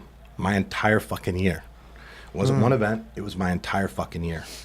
So as I said, at this point, things are going good. I'm feeling like, well, I'm not feeling, I'm seeing progress. I'm feeling progress. I'm feeling good about what's happening, and I have some plans to, keep it going. And on April 13th, 2015, I came home from what was a very productive day. And it's so crazy because I remember the drive home. I remember like having a smile, like just feeling good about what was happening. I had a couple awesome meetings. I was dressed sharp. If you're ever not really feeling having a good day, throw on some clean clothes, Yeah, go it's get your true. haircut, Yeah. a whole other thing. But I remember, coming home and walking in the front of my building at the time, apartment building, and I went to check my mail, and these two individuals were sitting like there was like Oh, these, yeah, yeah. these Now I know what you're sitting on talking the bench there in the area where the Yeah. mailboxes were, and I was like, hey, what's up, guys? I'm always saying hello to people. I try to put out good vibes when I can. These two guys are like, Chris? I said, yeah. They both stood up, and honestly, like, back then I lived my life a little differently, man, and I had some beef with some people like out in town, some people that, Right. I came into Tampa and kind of made a big splash. Some people didn't like it, and, maybe something with their girl or whatever, man. Yeah, sure. So like, that kind of, when these two guys like Yeah. kind of stood up and they were on like two sides of me, Yeah. I'm like thinking, I was like, I've fought two motherfuckers before. I was like, let me tactically Whose think boyfriend about. that I piss off. Yeah, it was like, Yeah. honestly, I was ready to go. Like I was ready to go, and unbeknownst to me was the fact that they weren't somebody's boyfriend or someone that I had beef with. They were two detectives from the Tampa Police Department who subsequently, when they saw me posture up, they're like, "Oh, relax." Pulled badges out of their, they're in plain clothes, pulled badges out of their, like out of their shirts, and said, "Tampa Police Department, we have a warrant for your arrest." Knockout punch. Honestly, at this point now, I want to just to the people who haven't heard this story, the people who are listening, what I was being arrested for at this point was in fact crimes that had been committed 3 years prior, crimes that were committed in 2012 Yeah. that they were just now coming to arrest me for. So at this point, I'd completely, there was some layover, what do you call it? Overlap between when I started Nutrition Solutions and I was still selling, some shit for a while. Yeah. But I completely walked away But that from was that behind life, you, brother. yeah. 100%. It was abandoned. Yeah. 1,000%. So when this happened, I mean, it was fucking devastating. Yeah. And honestly, I will never forget when, I got to the jail and when they told me what my bail was, you talk about the knockout punch. I mean, it made me realize that this was a lot more serious than I thought it was going to be. My bill was $500,000. Oh, wow. That's a lot. I mean, that's essentially friggin' murder, That's yeah. essentially no bail, right? Yeah. And the reason they set my bail at $500,000 is because they wanted me to cooperate. They wanted me to like tell on people. Like I had been set up. I had been set up from someone who's a friend of mine back then. Yeah. He had set me up, and I guess that's what these people do, right? Like, Oh, yeah. and I just told them, I was like, listen, guys, I was like, thank you for the offer. I said, but honestly, you get a lot to lose, and your business and your reputation. I was like, look, I get that, I do, but honestly, I cannot even just fathom like destroying someone's life because I wasn't able to is be pretty held much- responsible yeah. for my own actions. So I was like, again, thank you, but I'm going to respectfully decline. Apparently, they don't like when you do that. No. So that's how everything works. yeah, You got to play the game. They tried to make an example out of me, man, and my bail was $500,000, which, obviously I didn't have that or anything close to that, but I was able to bail out after I think I was in jail for 8 or 9 days. I was able to bail out, paying 10%, and that was everything, man. Wow. That was everything I had. Wow. And I didn't know they let you and again, 10%. I didn't know that. well, yeah, you just got to pay 10%. The bail bonds, that's how it works. Oh. So basically, at that point, man, I mean, that was just to get out of jail. Now I still have to go through Yeah, you got to pay the lawyers. So basically, the offer, they tried to make me a deal, which is basically like a compromise. Hey, we'll give you this deal, this attractive deal to bypass like trial or bypass the whole process. And their deal was basically 24 months in prison. And again, this is very standard, like when it comes to, the what do you call it, the legal system, and when you get in trouble and the criminal activity and be brought up on criminal charges, it's like a negotiation, right? Like they give you an offer and they start high, and then your lawyers, but it's like back and forth, and you'll end up somewhere in the middle. That was not the case here. They refused to negotiate. They made a firm offer at the first hearing, 24 months in prison, that they would not budge on. Yeah. So basically, I decided that, I mean, look, man, I didn't want to go to prison Yeah. for 24 months. I mean, I decided that I needed to fight. I had come too fucking far and worked too hard to change my life, to only to have to go backwards and lose everything that I'd worked so hard for. And honestly, like I kind of got myself like mentally to the point where I was like, if I do go to prison, like I could just get in there and read fucking hundreds of books and then come out, and this could actually like be part of my story, and I'll make the most epic dude, and like I'm just trying to get myself there, right? Sure. But then, I had to remember the people that I had working for me at the time, and it was only like 10 or 11, but back then, I mean, being that my circumstances were different, like it was a much more intimate like relationship and setting with them, and I knew the business wouldn't survive, with me Yeah, I remember that because I was thinking in my head, like, man, I'm going to take his business over, and I don't know anything about what he's doing, and I have to run this thing and try not to crash it before he gets out. Yeah. I So remember. basically, I got the best attorney. And I was willing to do that. I by know the you way. were, brother. I know. I was. We had a lot of I good was. people that stepped up to plate, Yeah. and we also had a lot of people that revealed their true colors during that time, which was a huge blessing. Oh. But regardless, man, like I found the best. I mean, I found a lawyer that I couldn't afford, but figured out a way to make it happen. And the next 3 months was an extensive legal process, a lot of back and forth, a lot of back and forth. And during that uncertain time, I mean, dude, I was fucking like the amount of anxiety and uncertainty and fear. I mean, I was fucking scared, man. Yeah, of course. I wasn't scared of, again, I was not scared of going to prison. I was scared of being in a situation that I felt I had no fucking control Exactly. over. So I decided to just, again, do something that we talked about earlier. I started to focus on things that I could control. And I basically went just double down, triple down with as many good things as I could possibly do. I stepped up my community involvement. I stepped up the things that I was doing in my business, the best of my ability. I tried to be the best person. And again, maybe I was doing it to, like, I don't know, put on this show to show everybody that I'm really a good person, or maybe I was doing it to just not have to focus on this fucked up situation. Yeah. But I did it, and that's when I actually did the fitness competition, which I'd done two prior, Yeah. and legitimately had finished in last place. And during this 3-month time frame where I'm going through this legal process, I actually did a competition, which in itself is a huge investment in time and energy, and I won the fucking thing. That's funny. So, dude, I was getting after it, man. And honestly, like, there were a lot of people back then were like, this motherfucker is a savage. Like, how the fuck is he able to do all these things and just be like this, just so cool? And dude, little did they know, like, behind the scenes, I mean, I was fucking losing it. I was losing Which is it. a great testament to, Yeah. your mindset.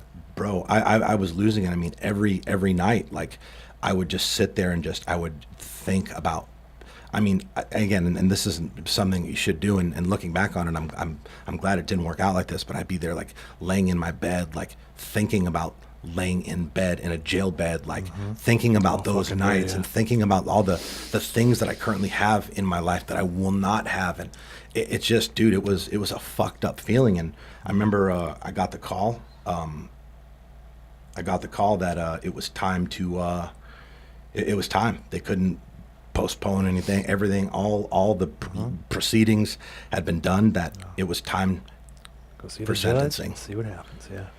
And just to give clarity here, we went to the judge for sentencing. We didn't take the deal that the police prosecutor gave us. And ordinarily in the legal system, a judge will go based off of the recommendation of the police prosecutor.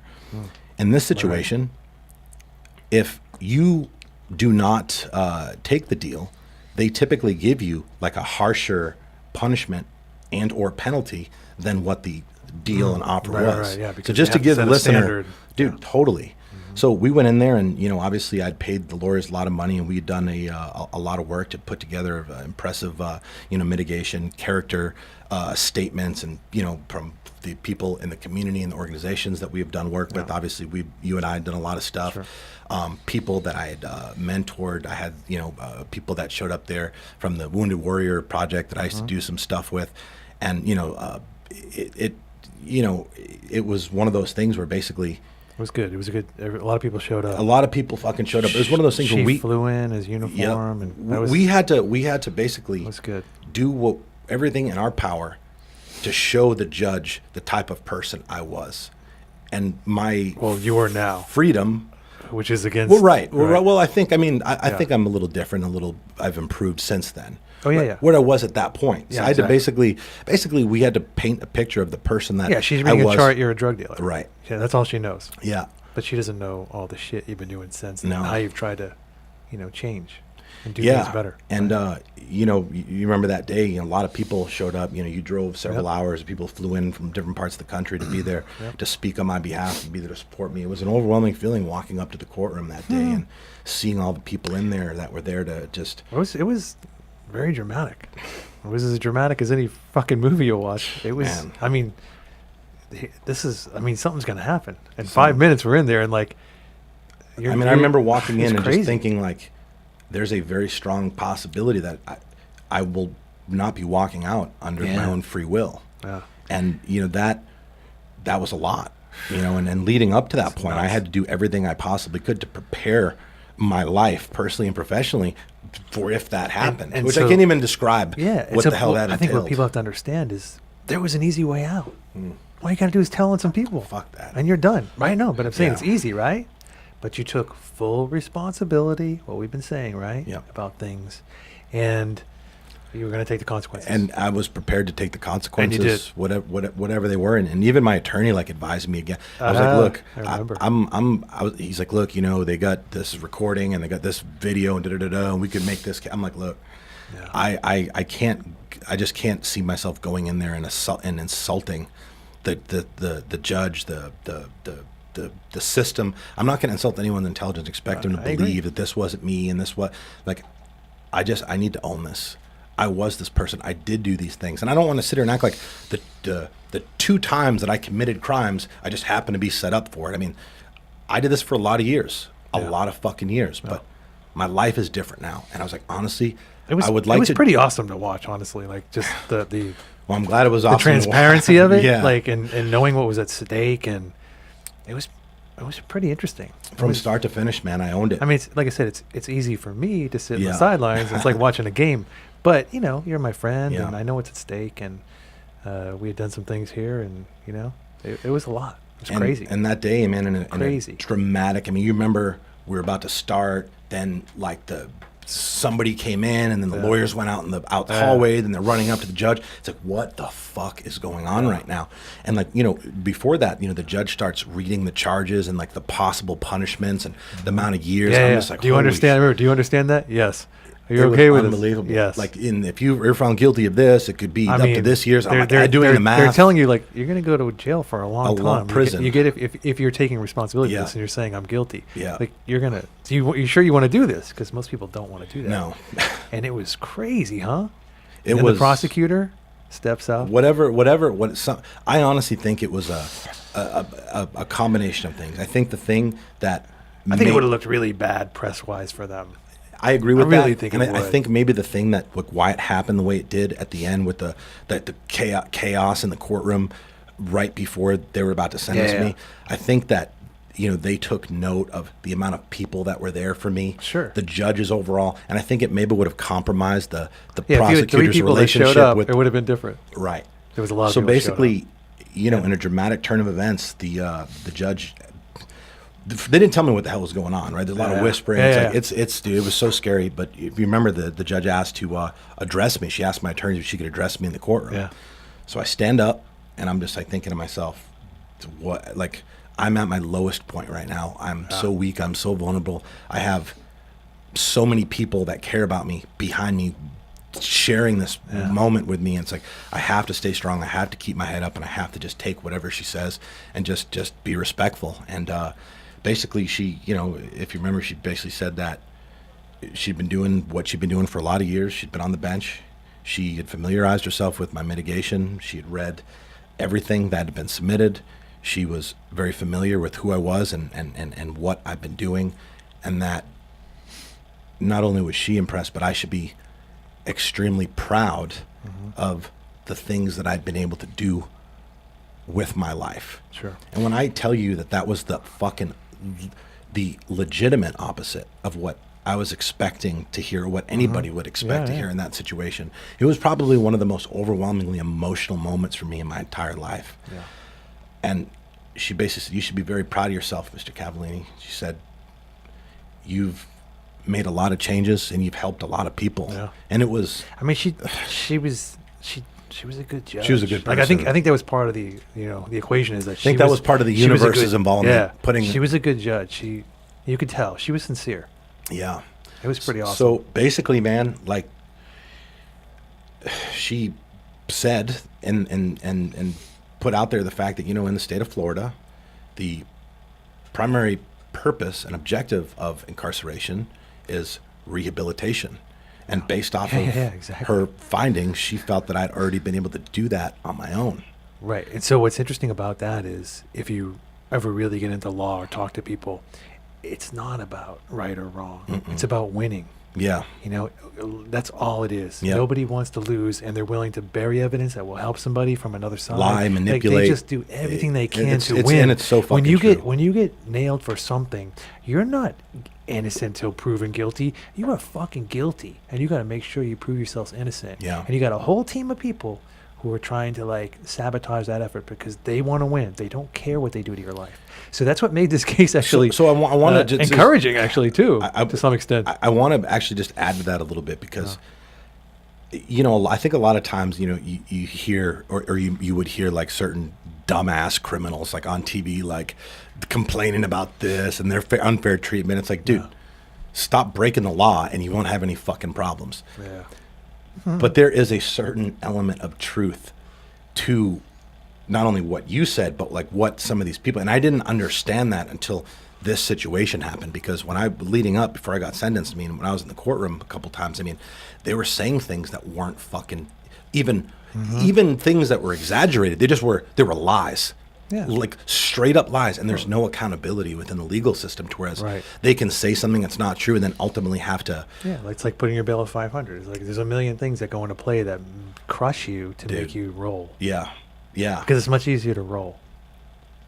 It wasn't an option, and you know, obviously taking responsibility was the right thing to do there, because the judge Sure was. she let me off with, I mean, she couldn't let, I mean, I pleaded guilty, so But she yeah. couldn't not give me any punishment, but No. she gave me a year probation, which was legitimately the lowest Right. form that she could give, and it literally it was the most, when I tell you, like, the feeling that got lifted, the cloud of uncertainty, that day changed my life forever. I mean, that was July 24th, 2015, and that is what I believe was my rebirth day. Sure. Because that was the day that I realized that I needed to go all in, that Yeah. I had a debt to pay to the universe. I was given a second chance. I technically could still be in prison right now with the amount of years that they potentially could have gave me back then. Yeah. And I realized that, like, I had to take advantage of every second of every day to do what I had to do to create the best possible life for myself, and that I had the responsibility to teach as many people along the way how to do the exact same. And, you know, since then, a lot has happened. I mean, you know, the end of 2016, or excuse me, the end of 2015, beginning of 2016 is when I really went like all the fuck in on my personal development. When I started getting organized, when I actually started setting goals, writing my goals down every day, and started to work towards creating this culture. Because I always had in my mind like how I wanted my team and this company to look. Sure. But it didn't look like that, Yeah, no. or anywhere close to it. No. But you know, those series of events, man, they led me to getting to that point. It took all of that. It's funny, like the whole series of events, from everything you just described from when you were little to now, is like this imperfectly perfect, you know, voyage that got you to where you are. You know? Yeah, It really I is. agree. No, it is. I Like, it totally really is. agree. I know. You know, they always say, even in the Bible, they say like, claim it all joy when things come against you. Like, Yeah, is there something to it? yeah. You know, there's something about that makes sense if you're strong enough, if you have that character Dude. to do the right thing when times are tough. It's easy to, you know, change. like think about like, you know, good things and how you want your life to look like when things are going well and everything's falling in place. I mean, the thing that I think really means something is when things aren't going so well, and you Agreed. can still see those things and think like positive thoughts, and just, Right, you know, not know exactly what the path forward is, but Yeah, man. understand that outcome that you want. And when you're able to do that, man, it's just things start to fucking happen. And over the last, you know, 4 years, like a lot of great things have happened. I mean, especially the last 2. I mean, every year has gotten progressively better, but it literally took all of those things that we just talked about, and so many more. Obviously, we could spend 2 days talking about all the different stories, and we'll share those on other episodes. But like, it took all those things, and finally, like the thing that was like the exclamation point to get me to go all in and start being the best person that I possibly could be. And I don't think I am. I still think I have a lot of improvements to make. We all do. But it yeah. was it was that day, that the sentencing, and given being given that second chance, it made me realize that Yeah, you can't ever forget that. no, I will think you never will. take it for granted, and it's something that I'm grateful for. But I also understand, like, I'm indebted. I'm indebted, and I have to do Right? everything that So I. that's what I said earlier about myself. Like, Mhm. I've been so blessed. Like, I have to be a blessing Yeah. to others. If I don't, it's just, shoot me in the head now. Mhm. It's ridiculous. Yeah, man. So, like, obviously there's a lot that's happened, since then, but that kind of was the progressive timelines, the compelling events that, led me to get to a point. I mean, it took me, almost 5 years. It time. took me almost 5 years to start doing things the right way. So we've been in business 8 years, technically. But like, I honestly only feel like I've been doing this for 3 because I haven't really, Yeah. I've been vested, committed. I mean, maybe in my mind I was, but now what I know what that entails, and look, it was a lot of adversity, it was a lot of struggle, and even more. I mean, there's more shit that's happened, but it's the adversity and the struggle that I have faced since then. Although, I mean, I don't know how we were recovered from, but like, because I went through all that shit, like in comparison. Because I think the key is that you were open to everything. You Dude. were open to opportunity. You were open to like being positive. Like like I said, you hit points where you got to choose to go up or down. And if you choose up, it's harder sometimes. It's usually a lot harder. It's easier to get a bottle and start drinking and, sit on your couch and watch soap operas for the rest of your life, right? But to get up and comb your hair and brush your teeth and put on a nice outfit that you like that makes you feel better. Go do what you're supposed to do. And get up and smile through Yeah. the pain. That shit just pays It's hard. off. Yeah. It's hard, but it pays off. And you got to be consistent with like anything in life. You got to be consistent with it, right? And the thing is, I wasn't able to relate to that for a long time, just like a lot of people listening to this won't be able to relate to that. What got me to the point where, I could actually get excited and pumped up in crisis and adversity, some huge fucking problem we have going on in Nutrition Solutions. I literally would get pumped up because I've been through so many just seemingly chaotic, extremely adverse situations where, like, we not only got through, but there was an opportunity to level up. Yeah. And I had to experience that so many times where I went through things, negative and bitching and complaining, and I got through it, and I'm like, that's interesting. It's like, so if I go through it with a better mindset and look for opportunity, not only do you get through it a lot better, it's much healthier for you and the people around you, but there's also an opportunity not just to fix the situation, but to reach the next level. Sure. Because literally every adverse situation, every major crisis that you will face in life is without question a segue to the next level. And the thing is, not everybody handles it goes up, properly. yeah. Right. Most people, they'll lay down, they'll quit, they'll run, think, oh, that's just not for me. And it's like, no, now that I know that the struggle, the adversity, it is essential. Yeah. And listen, I like I said, my life's blessed, but there were some, things that happened to me that were pretty Of tough. course. And like relationships that went wrong. And I understand why people want to kill themselves. I get it, I mean, I get it, but it's just like I said, staying focused on the things that you have control over, your thoughts, and staying consistent with everything. And anybody And can eventually it goes anybody away. can get there. Anybody can get to the Absolutely. point It's where they simple. never have those thoughts. Or it's like everybody's going to feel shitty once in a while. Literally, everybody's going to get depressed. It doesn't mean you have depression. Everybody's going to feel feelings of anxiety. That doesn't mean you suffer from anxiety. But if you can learn how to think differently and set your actions up in such a way where you, again, earn the right to feel good, it literally teaches you how to think, which ultimately creates a new, better reality. And and there's one other component that unfortunately a lot of people don't tap into, but training is a 100%. is for a million. That'd be a whole other podcast, but It will there's be. so many benefits Yeah. to training. And I think anybody who knows me knows that's a very important part of my life. And I talked about when I was being through that process, about to be sentenced, I went and did the competition, Exactly. stepped up my diet, stepped Yeah, up my exactly. fitness, That's a great and example. positive. Like there's so many, and we're going to talk about this, and we're going to get practical. But today, obviously, we've gone on for a little bit here, guys, and I hope that this gives you better insight, better understanding of who I am, where I've come from, and basically gives you some perspective in regard to what we're going to be talking about here.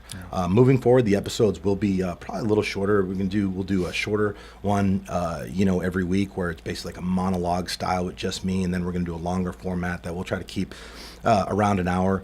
But we went a little longer here today than normally, but we had a good story to tell, and that's what it is. So the first episode is in the books. Yeah. It would seem. Yeah. Guys, thank you so much for listening, and we're in this game here to impact people, to help you, and to change as many lives as possible, and we're going to do that. All right, you can help us do that by sharing, obviously, my social media, sharing our podcast, letting people know, telling a friend. Because this is something that we want to grow. We want to expand our reach. We want to have, the opportunity to teach, educate, and help, create as much positive change in the world as humanly possible. And we can't do it without you guys. I mean, it is a team effort. It always will be. I really appreciate you taking the time to listen today. And we're going to keep the fire coming. Rick, you got anything? Thanks for joining us. We really appreciate it. There's a lot of good stuff we want to talk about in the future, so continue to stay with us. Yes, and guys, crush it the rest of the week, and we'll be back soon. Drop mic.